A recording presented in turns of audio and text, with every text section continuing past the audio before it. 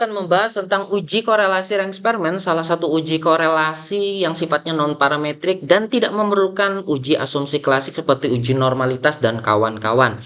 Nah, uji ini datanya harus berbentuk ordinal ya, seperti yang dikatakan oleh Bapak Ali Anwar dalam bukunya. Buat kalian yang bingung tentang data ordinal, nominal, rasio, interval, bisa melihat video sebelumnya. Kita masuk di bagian tujuannya. Tujuannya pertama adalah untuk melihat apakah hubungan signifikan atau tidak. Nah, berdasarkan uji rank eksperimennya. Kemudian yang kedua, melihat arah hubungan variabel. Jadi arah hubungannya positif atau negatif.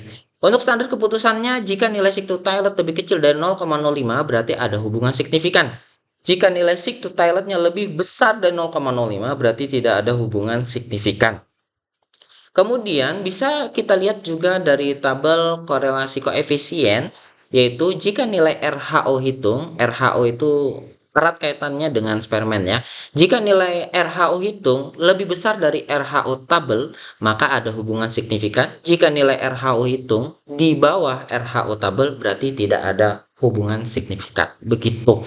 Nah, untuk RHO tabel nanti kita masukkan di kolom deskripsi gitu. Sekarang kita masuk di tabel Excel, terdapat judul hubungan kualitas sarana pendidikan terhadap kepuasan mahasiswa. Masuk ke SPSS, variabel view, kualitas, kemudian kita masukkan kepuasan di bagian ini.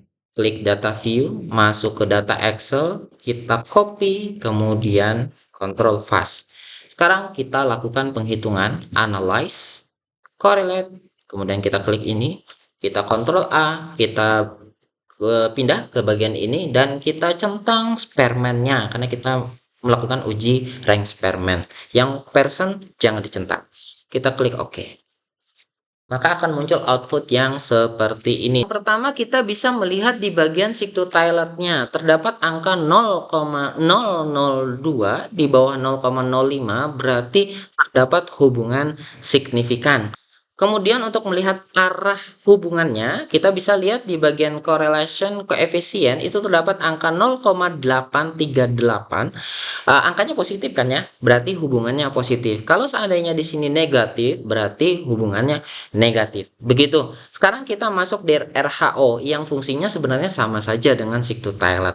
Nah, untuk RHO kita masuk ke bagian tabelnya. Rank eksperimen. Nah, ini berhubung jumlah respondennya ada 10, maka kita masuk di taraf signifikansi 5%, itu terdapat angka 0,648. Kita bandingkan dengan nilai korelasi koefisien yang 0,838. Jadi RHO hitungnya lebih besar dibandingkan RHO tabelnya, maka dinyatakan terdapat hubungan signifikan. Jadi baik di bagian RHO hitung ataupun di sigma-Taylor terdapat hubungan signifikan. Dan hubungan signifikan tersebut mengarah kepada hal yang positif begitu. Di beberapa referensi itu juga ada yang menghitung tentang tingkat keeratannya. Jadi saya belum dapat bukunya sebenarnya.